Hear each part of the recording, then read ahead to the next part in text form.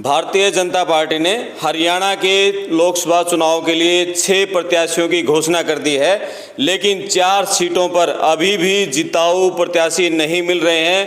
Party को इन सीटों पर कैंडिडेट ढूंढने के लिए अभी कड़ी मेहनत करनी पड़ रही है। पहले वो नाम बताते हैं जिनकी घोषणा पार्टी ने की है। 3 पुराने चेहरों पर दांव खेला है, 3 नए चेहरे हैं। सबसे चौंकाने वाला चेहरा, जिसकी पहले से संभावना भी थी, मनोहर लाल खट्टर अब लोकसभा का चुनाव लड़ेंगे, टीम मोदी का हिस्सा बनेंगे। मनोहर लाल ने आज दिन में विधानसभा सत्र समाप्त होने के बाद विधायकी छोड़ दी थी। करनाल से इस्तीफा उन्होंने दे दिया था विधानसभा से। उनको पार्टी ने करनाल लोकसभा का टिकट थमाया है। संजय भाटिया अभी तक यहां सांसद थे और ये पहले से ही तय था कि संजय भाटिया के प्रति एंटी इनकमेंसी बहुत ज़्यादा थी और इसी कारण उनको विधानसभा चुनाव लड़ाने की चर्चाएं थी और यहां से अब मनोहर लाल करनाल से सांसद का चुनाव लड़ेंगे। धर्मवीर के लिए राव इंद्रजीत ने बहुत जोर लगा रखा था। उसकी अपना एक गणित है राव इंद्रजीत का, क्यों वो धर्मवीर को यहाँ टिकट दिलाना चाहते थे, किसी दूसरे नेता को, अहीर को या दूसरी बिरादरी को वो टिकट नहीं दिलाना चाहते थे। इसके पीछे राव इंद्रजीत की अपनी राजनीति है और वो अपना दबाव बनाने में सफल हुए और धर्मवीर की टिकट भिवानी महेंद्रगढ़ लोकसभा से फाइनल कर दी गई है। राव इंद्रजीत खुद गुरुग्राम से चुनाव लड़ने जा रहे हैं। ये चर्चाएं थी, वो अपनी बेटी के लिए टिकट मांग रहे हैं और पिछली बार भी उन्होंने बहुत दम लगाया था, लेकिन इस बार भी आरती राव को मैदान में नहीं उतारा और राव इंद्रजीत ही गुरुग्राम से टिकट पर बीजेपी की टिकट पर चुनाव लड़ेंगे। और मुख्यमंत्री ने अपना बहुत गहरा दोस्त बताया था पिछले दिनों जब वो गुरुग्राम में आए थे प्रधानमंत्री मोदी ने। कृष्णपाल गुर्जर, वहाँ विपुल गोयल का एक नाम था, लेकिन हमने पहले भी एक वीडियो में बताया था कि कृष्णपाल गुर्जर ही फरीदाबाद से पार्टी के प्रत्याशी होंगे। अभी एक नाम है बंतो कटारिया, पूर्व सांसद अम्बाड़ा से रतनलाल कटारिया उनकी पत्नी है, उनको अम्बाड़ा से टिकट दिया गया है। ये नाम भी पहले से लॉक कर दिया गया था। ये नाम है जिनको पार्टी ने टिकट दी है, लेकिन अभी तक हिसार, सोनीपत, रोहतक और कुरुक्षेत्र, यहाँ से पार्टी को अभी तक ऐसे प्रत्याशी नहीं मिल रहे हैं जो कि उसका पिछली बार की तरह 10/10 का स्कोर बना दे, जो जीत में यहाँ सहभागी बन सकें। हालांकि हिसार से कैप्टन अभिमन्यु का नाम नंबर 1 पर चल रहा है। इसी तरह से रोहतक से बाबा बालकनाथ का नंबर 1 पर चल रहा है। 2 नंबर पर वहाँ पर रणदीप हुड्डा हैं, हुड्डा वर्सेस हुड्डा वहाँ कराने की इस तरह का है। और सोनीपत से योगेश्वर दत्त का नाम नंबर 1 पर है। यहाँ से वर्तमान सांसद रमेश कौशिक, उनकी टिकट लगभग कट गई है और उनके एक एमएमएस चल रहा है, उसमें उनका नाम सामने आ रहा है। हालांकि उन्होंने इससे नकार दिया है कि वो मेरा एमएमएस नहीं है। इस तरह की बातें भी उन्होंने कही हैं। एक सीट रह जाती है, उसके बाद फिर कुरुक्षेत्र की कांग्रेस और आम आदमी पार्टी का जो गठबंधन है उसमें आम आदमी पार्टी के हिस्से में आई है और अभी बीजेपी के जो कुरुक्षेत्र से सांसद थे नायब सैनी, उनको कल ही मुख्यमंत्री बनाया गया है। तो सुशील गुप्ता आम आदमी पार्टी के वहाँ प्रत्याशी हैं, उनके खिलाफ भी बीजेपी कोई मजबूत प्रत्याशी की तलाश में है, वो पूरी नहीं हुई है और ये सुना जा रहा है कि नवीन जिंदल पर दबाव डाला जा रहा है कि वो किसी तरह से बीजेपी ज्वाइन करें और यहाँ से चुनाव लड़ें। यदि वो ना लड़े तो उनकी पत्नी सालू जिंदल भी चुनाव लड़ सकती हैं। इस पर ऊपर दबाव बना जा रहा है। एक नया नाम सुनने में आ रहा है, मनिंदरजीत सिंह सिरसा, जो कि राजौरी गार्डन से दिल्ली में विधायक रहे हैं, दिल्ली एसजीपीसी के भी विधायक रहे हैं, बीजेपी के बड़े नेता हैं। ये 3 नाम वहाँ से चर्चाओं में हैं।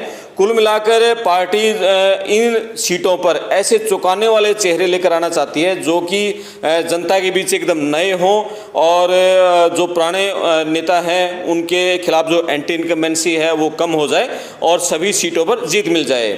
हरियाणा की लोकसभा चुनाव में इस बार बीजेपी को काफ़ी मेहनत करनी पड़ेगी, क्योंकि मनोहर लाल खट्टर को बदलने का एक बड़ा कारण ये था कि जो बीजेपी गठबंधन की तरफ से सर्वे करवाए गए थे उनमें ये निकल के आ रहा था कि पार्टी के खिलाफ माहौल है।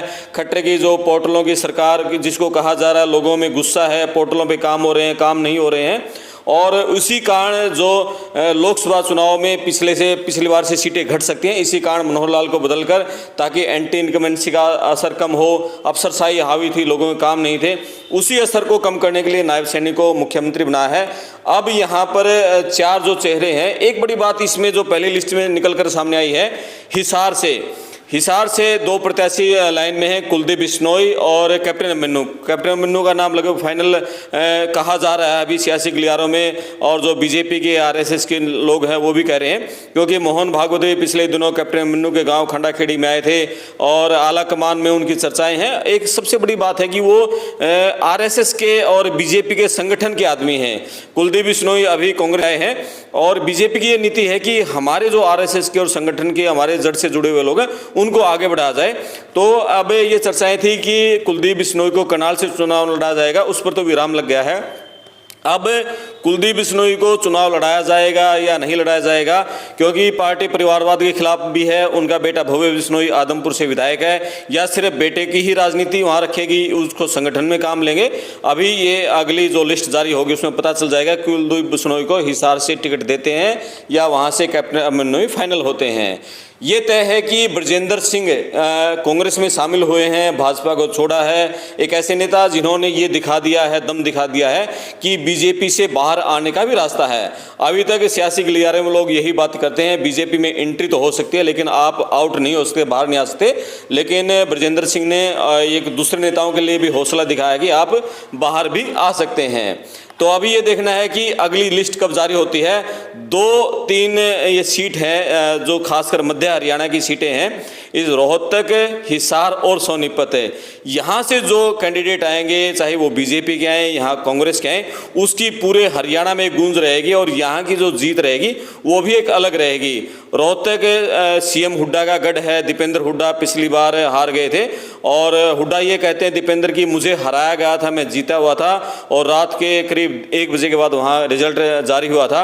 इसी तरह से अपना हिसार से ब्रजेंद्र सिंह एमपी बने थे पहली बार आईएएस की नौकरी छोड़कर, और वो बने थे। सोनीपत से रमेश कौशिक ने भूपेंद्र हुड्डा को हराया था, बड़ा चेहरा था।